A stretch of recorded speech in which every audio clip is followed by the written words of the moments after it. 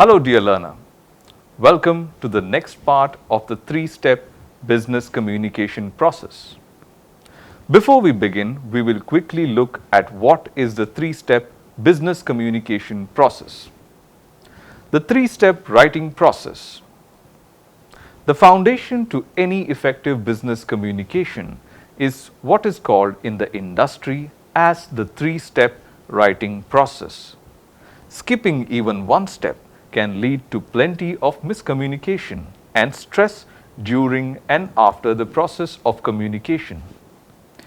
The three steps of any good business communication process are: number 1, plan; number 2, write; and number 3 is complete. It is now time to look at step number 2, that is, writing effective business communication messages. For your convenience sake, we have split this topic into two parts. Each part will be dealt in a separate video. The two parts are A. Adapting to the audience, and B. Composing business messages. In this video, we will take a brief look into the various aspects that go with the first part, that is, adapting to the audience. Business communication professionals know that it takes more than just a great idea to change the way people think. Expressing ideas clearly and persuasively starts with adapting to one's audience. Whenever they get a business message, the audience will always look at it from a personal angle. What is in it for me? This is not a conscious decision, but something that is hardwired into each and every one of us.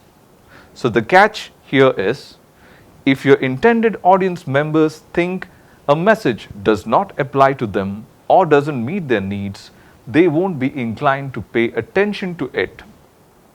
This means that you, as the sender, must appear to have their best interest in your mind. If your readers or listeners don't think you understand or care about their needs, they won't pay attention. Plain and simple. We will now look into some techniques of adapting to the audience. The you attitude. One of the most powerful words in English language is the word you. For a person, the sweetest sound after their own name is the word you. So it's a no-brainer that one must use the word you in as many business communication as possible.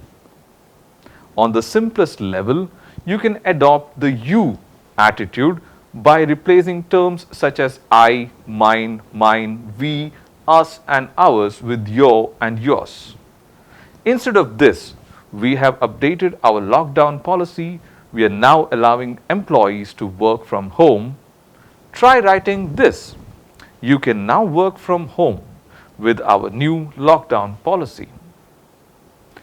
Let us all acknowledge that not only is the word you attractive, but it can also be a little controversial if used in the wrong situation. Let us see an example. Which of the following is more suited to send to an employee? You failed to deliver your daily report on time. Or, the manager or I did not receive the daily activity report on time.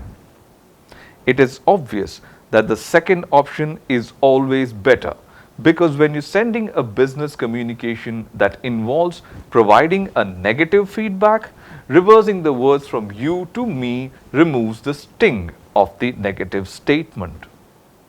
Remember, as you practice using the you attitude, consider the attributes of other cultures and policies of your organization. There are plenty of resources online about different cultures and their business etiquette. So make sure you read them before you taking the leap. Maintaining standards of etiquette. Good business communication etiquette not only indicates respect for your audience, but also tells them you care. Some situations require more diplomacy than others. For example, written communication generally demands more tact than the oral communication does. When you're speaking, your tone of the voice and your facial expression can soften your words. But if you offend someone in writing or on digital media, immediate feedback is not possible in most cases. In fact, you may never know that you have offended your audience. Emphasizing the positive. During business communication, you will have many unavoidable occasions to communicate bad news. However, there is a big difference between delivering negative news and being negative. Let us consider a scenario. Your company has invested rupees 10 lakhs on new computers last year on the recommendations of an IT professional. The systems have not performed up to their expectations. This is definitely bad news. How would you communicate this during a high-level presentation? Let us look at our options. We wasted rupees 10 lakhs on those new systems. Our rupees 10 lakh investment on new systems did not pay off. Let us analyze the experience and apply the insights to future hardware investments.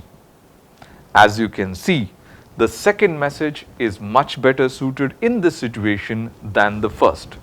It has less accusatory tone than the first.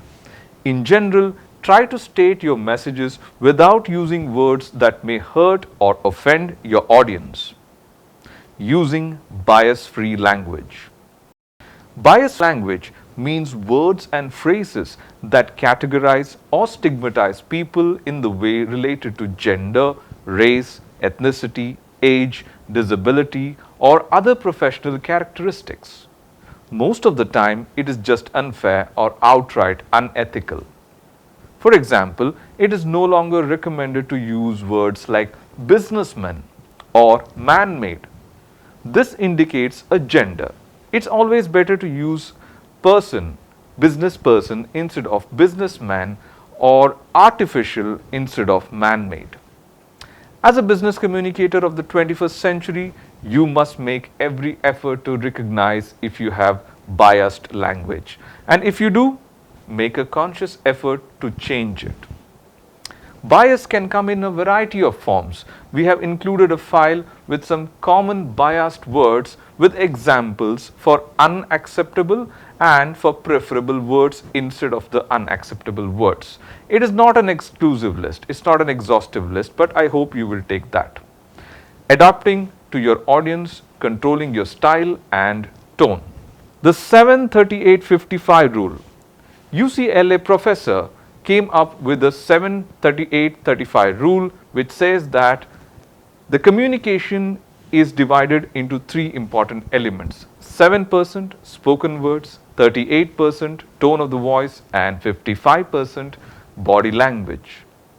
Even in written communication, the tone of your message is extremely important. Your style creates a certain tone or overall impressions in your messages. The right tone depends on the nature of your message and your relationship with the reader. There are three types of tones in the world of communication. The first is too formal. The second is a conversational tone, which is used in most business communication today. Whereas the third is inappropriately casual for business.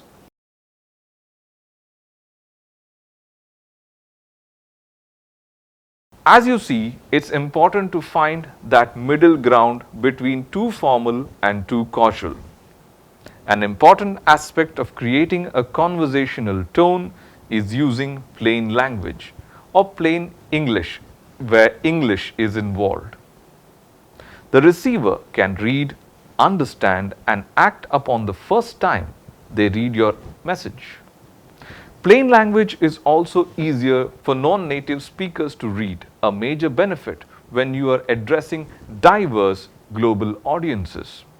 So here we come to the end of the first part of your writing communication for the 21st century workspace.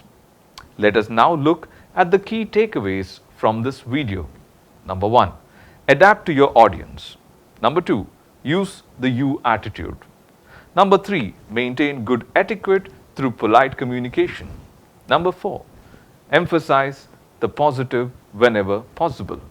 Number 5, use bias-free language. Number 6, establish credibility in the eyes of your audience. Number 7, use plain language for clarity. We will meet you in the second part of this video, writing your business communication messages. We hope this video has provided some information helpful for your future business communication. Thank you for watching the first part of this business communication video. Happy learning.